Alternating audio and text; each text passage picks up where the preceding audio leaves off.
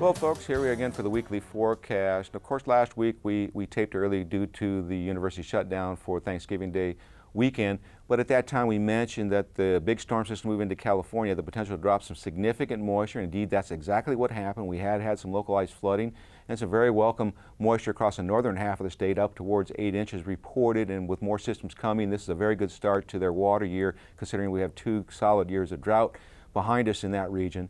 But more importantly, we talked about that system taking some of that energy and moving it across the southern plains as we got into the midweek period. Well, it's about 24 to 36 hours too fast with that system, but we did see it come out as we got into Thursday afternoon and progressed through yesterday through eastern Kansas and Oklahoma, and some of that moisture did come up into extreme southeastern Nebraska. For the most part, we were pretty much high and dry.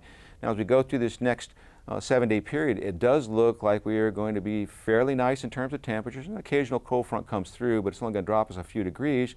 So we're going to be well above normal. This is a complete reversal of what we've seen for the first 3 weeks of November.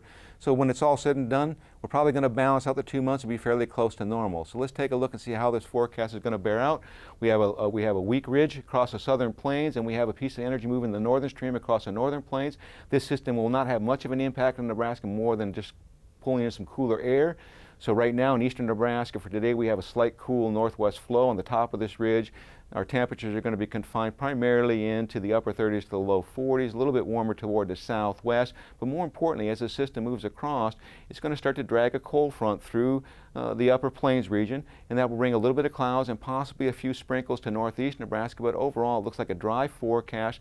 Will stay in the northwest flow, particularly on Monday. That'll allow some much cooler conditions across the northeast part of the state. Will be confined into the low to mid 30s.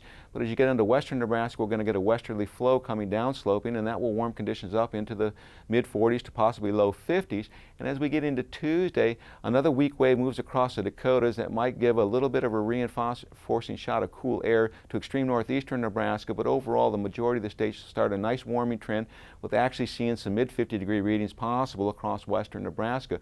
More importantly, as we get into Wednesday, now the ridge starts to expand and bubble toward the northeast in response to another big trough coming in the western United States. And so we are looking at temperatures that are primarily going to be in the 50s to possibly low 60s across the southwest. More importantly, we'll start to see some of those 50s creeping into eastern Nebraska.